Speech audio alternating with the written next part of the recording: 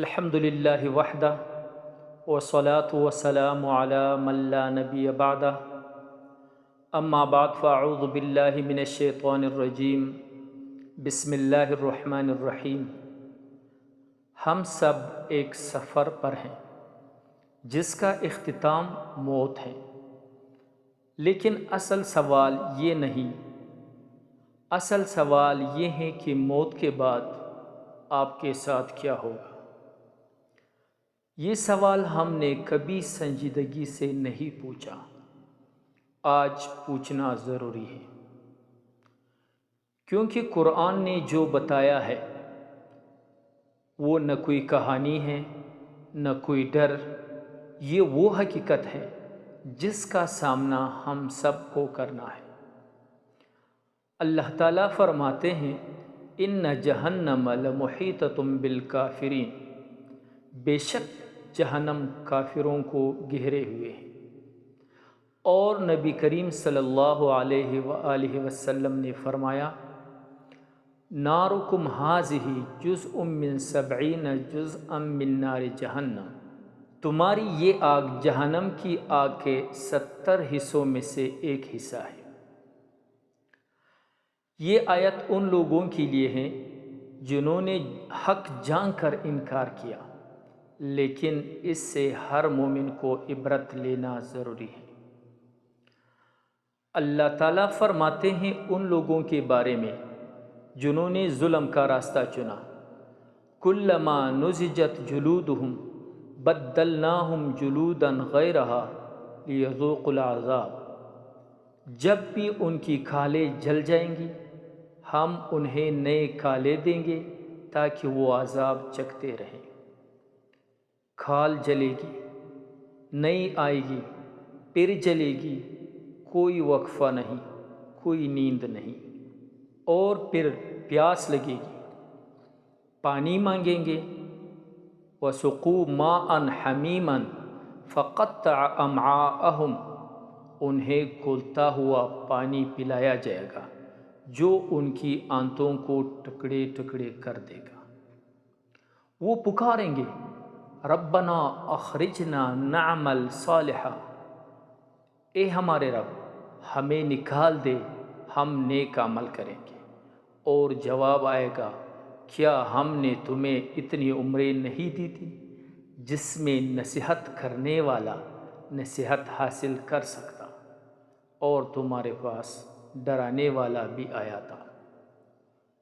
وہ وقت یہی وقت ہے جو ابھی آپ کے ہاتھ میں ہے۔ لیکن ایک بات اور سنیں جسے ہم اکثر نظر انداز کر دیتے ہیں۔ نبی کریم صلی اللہ علیہ وسلم نے ایک دن صحابہ سے پوچھا اتدرون من المفلس، کیا تم جانتے ہو مفلس کون ہے؟ صحابہ نے کہا جس کے پاس مال نہ ہو۔ آپ صلی اللہ علیہ وآلہ وسلم نے فرمایا مفلس وہ ہیں جو قیامت کے دن نماز، روزہ، زکوٰۃ لے کر آئے لیکن کسی کو گالی دی ہو، کسی کا مال کھایا ہو، کسی کو ناحق مارا ہو، تو اس کی نیکیاں ان لوگوں میں بانٹ دی جائے گی۔ جب نیکیاں ختم ہو جائیں تو ان کے گناہ اس پر ڈال دیے جائیں گے اور وہ جہنم میں پھینک دیا جائے گا۔ ذرا سوچیں، کیا کسی کا حق ہم پر باقی ہے؟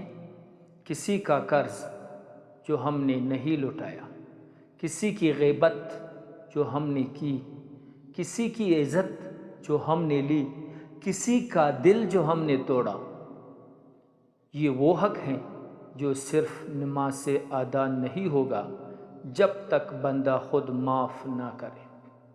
لیکن مایوس نہ ہو، اللہ فرماتے ہیں قل یا عبادی الذین اسرفوا علی انفسہم لا تقنطوا من رحمت اللہ، کہہ دو اے پیغمبر کہ اے میرے بندو جنہوں نے اپنی جانوں پر زیادتی کی، اللہ کی رحمت سے مایوس نہ ہو۔ جہنم حقیقت ہے لیکن اللہ کی رحمت اس سے بھی بڑی حقیقت ہے، اور اس رحمت تک پہنچنے کا راستہ صرف ایک ہے، اس کا نام ہے توبہ۔ لیکن توبہ کیا ہے؟ صرف زبان سے معاف کر دے کہنا نہیں، یہ ایک مکمل سفر ہے۔ پہلا قدم دل سے بچتاوا کہ جو ہوا غلط تھا۔ دوسرا قدم گناہ کو ابھی چھوڑنا، نہ کل سے نہ رمضان سے، ابھی سے۔ تیسرا قدم پختہ ارادہ کہ دوبارہ نہیں کروں گا۔ چوتھا قدم سب سے مشکل قدم حقوق العباد ادا کرنا۔ جس کا مال کھایا واپس کرو، جس کی غیبت کی معافی مانگو، جس کا دل توڑا اسے منانے جاؤ۔ اللہ فرماتے ہیں ان اللہ یحب التوابین، بے شک اللہ توبہ کرنے والوں سے محبت کرتا ہے۔ اللہ نے یہ نہیں فرمایا کہ میں نے ان کو معاف کیا، بلکہ یہ فرمایا کہ میں ان سے محبت کرتا ہوں جو توبہ کرتا ہے۔ رسول اللہ صلی اللہ علیہ وسلم فرماتے ہیں التائب من الذنب کمن لا ذنب لہ، گناہ سے توبہ کرنے والا ایسا ہے جیسے اس نے گناہ کیا ہی نہیں۔ جو کچھ بھی ہوا، جتنے بھی گناہ ہوئے، چاہے سالوں کا بوجھ ہو، اللہ کی رحمت اس سے بھی بڑی ہے۔ آج رات سونے سے پہلے 2 کام کریں۔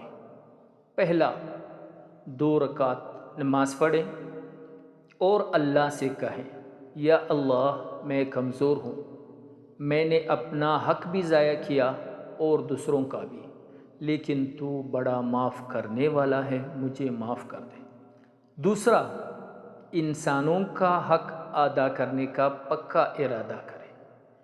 یہ 2 کام شاید آپ کی زندگی بدل دے۔ اگر یہ پیغام دل تک پہنچا ہے تو اسے ضرور دوسروں تک پہنچائے، شاید کسی کی نجات کا سبب بن جائے۔ اللہ ہم سب کو معاف فرمائے اور اپنی رحمت کے سائے میں رکھے، آمین۔